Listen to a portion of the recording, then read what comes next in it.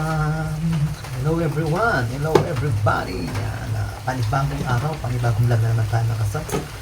For today's video, gagawin natin mga kasayang nagawa tayo na sotang batchoy pala mga kasayang, hindi sotang ha. So, meron tayong hindi yan po na hiniwa. Meron din tayong sibuyas, saka bawang, saka kamatis na in-upgrade natin ng batchoy. Dito natin na kamatis. Subukan lang natin kung pwede siya sa kamatis. Yan. At meron din tayong binalatan ko na yung patola. At meron pa rin tayong repolyo. Hiniwa ko na rin ng maliliit yan. At siyempre hindi mawawala sa batchoy yung pansit. Na parang sotangan gagawin natin lang sa ino. At maglalagay lang tayo ng oil. Huwag na tayo magagamit ng butter. Yan, oil. Ibisahin lang natin siya sa oil na kasay. Saka yung kamatis. Try lang natin yung batchoy na may kamatis. Pero yung batchoy talaga mga kasay na masarap yung batchoy ng Bacolod mga kasay. Lalong yung batchoy ng Iloilo. Yan, itikman ko na yan ng batchoy doon.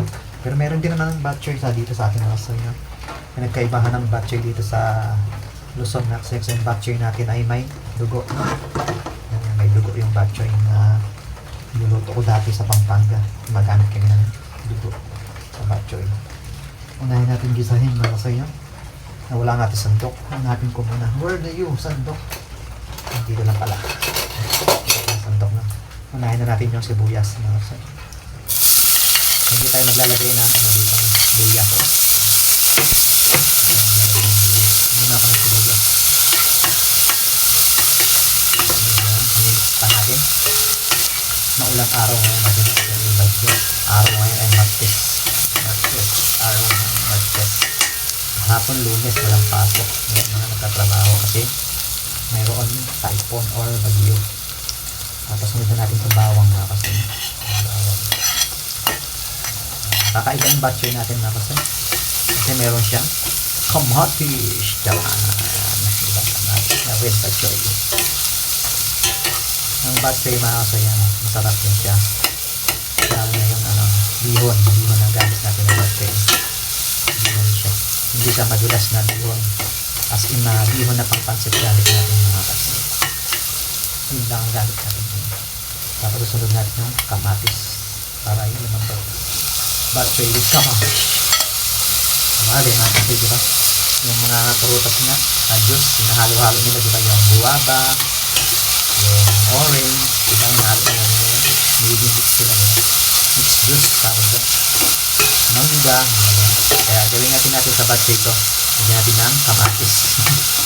Try natin kung papat yung lasa niya sa panlasa natin. Batchoy with kamatis. Kakaiba diba? Batchoy na may kamatis. Tapos sunod natin ito. Gisahin naman yung yan pala. Babramo lang natin siya ng konti. Hiniwa ko na siya ng maninipis na hindi makapal na pagkakahiwa. At pinakuluan ko na rin ito mga para madali lumambot kasi hindi matigas yan. Ibigay na natin yun. Yun o, diba? Hanggang sa lumambot ng kamatis. Ganun pa rin yun dati mga mix lang natin. Para siya lumambot at magkulay yung ating sabaw yun. At malalasahan ng malasa yung kamatis na lalo na pag natunaw. Pag pinabawan natin malasa yung siya. So tanghon-tanghon na ganito kaya lang wala tayong aswiti. Masarap sa itong tanghon ng aswiti. Kasi yung lasa ng aswiti na kasi tap-tap din yan. So buhos na natin ito. Ibuhos na natin yung liampo. Hiniwa-hiwa natin ng maliliit. Mix din natin. Lang natin yan mga kapal. Mix lang natin. Pag na-mix nalagyan natin siya ng sabaw. Hintayin na natin siya nalagyan natin siya. Konting sabaw lang mga kapatid. Ay medyo damihan natin ang sabaw kasi pag natuyo itong sabaw mga kapatid nagiging pansit siya, diba? At sa batchoy may sabaw yan. May sabaw para masarap at mahigop yung sabaw. Sabaw ng pansit. Lagyan natin siya ng water.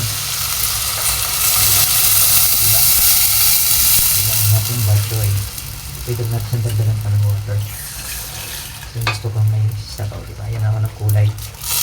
Ang kulay tomato. Kulay tomato yung sabaw natin. Diba mga kasay? Yan. Mix natin dyan yun. Huwag na apoy or apoy sa English, fire. Fire by apoy, fire. Lagyan siya ng patis. Dalawang takal mo na ng patis na kasi. Tapos sobrang alat. Sobrang alat. Tapos, susunod natin tong charan seasoning. Yan, seasoning liquid. Liquid seasoning ito na sa gawa ng original. Yan, pwede siya pang marinate. Pwede siya sa lahat. Lagyan natin siya ng dalawang takal mo. Habang hinihintay natin kumulo, yan, natin, takpan na natin siya ng husay. Tapos susunod natin dyan yung pansit. Kumulo na siya mga sa kulo-kulo. Parang dali lang yan, malambot na yung baboy mga kasi pinakuluan na natin yan. Natin, hiwagan. Hindi yan po pinakuluan ko na kanina. Hindi ko muna hinalo yung sabaw na ganyan pag tinapon natin ng susulo kasi masyadong mamantika. Kaya nagbago sabaw tayo na yung bagong tubig. Malinis naman yung tubig niya kasi nawasa. Gawang nawasa. Nawasa. Pwede rin kayong gumamit ng tubig lalo na kasi mineral water gamitin. Pwede kayo ng mineral water. Masarap yan. Mineral water. Masarap sa sabaw. Ito rin yung ating tinatawag na repolyo. Yung makita natin mga kasay, di ba? Hiniwa-hiwa natin ito mga kalsa. Hiniwa-hiwa natin yan ng maliliit para namin yan. At meron din itong mawawala. Siyempre, tsara, hindi yan mawawala. Patola.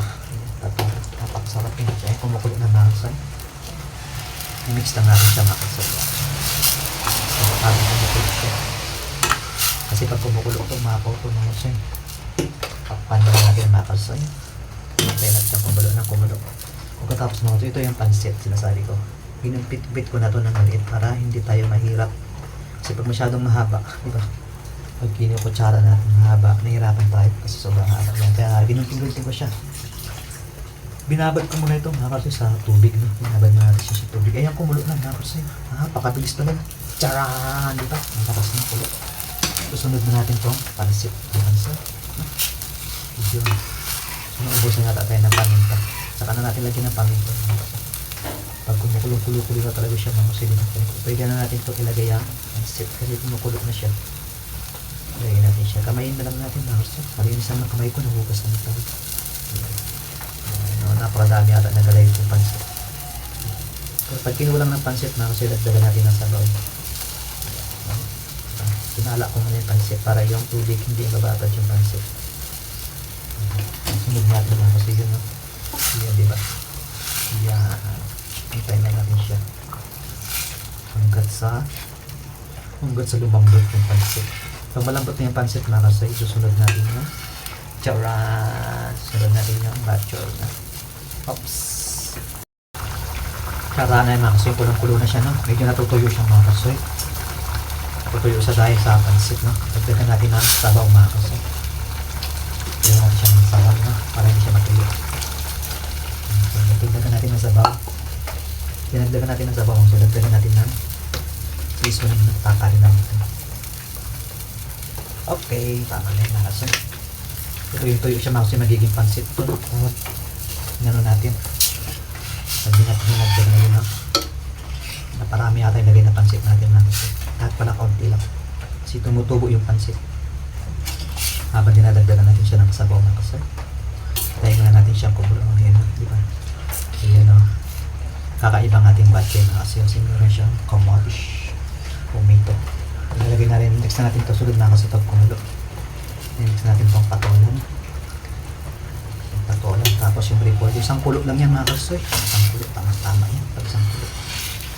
Kasi madaling lumambot itong patola. Kailangan natin siyang hintayin na natin siya kumulo mga kasoy.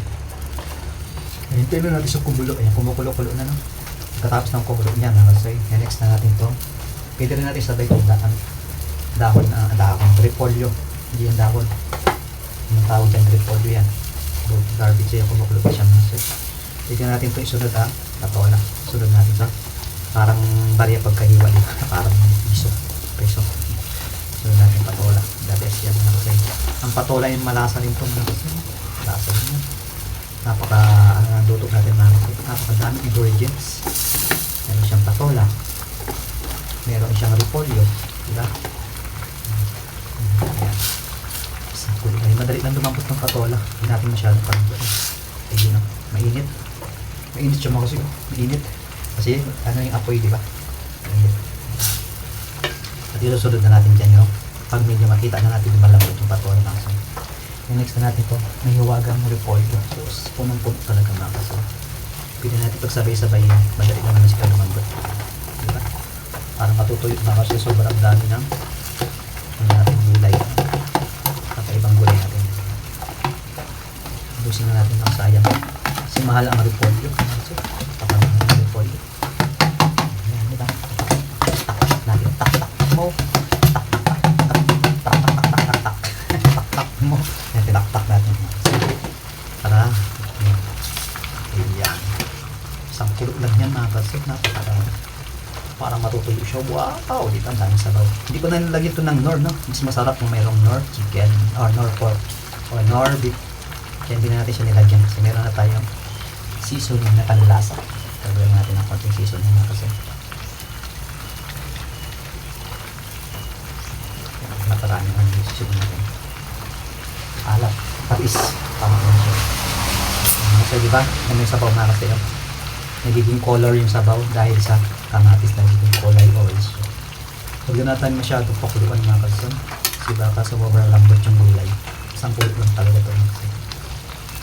Yung mga kalson, hanggang dito na lang. At maraming salamat sa umabot ng dulo natin lahat. Tapos na natin luto. Thank you for watching and ingat po tayong lahat. God bless you all. Charan! Bye-bye!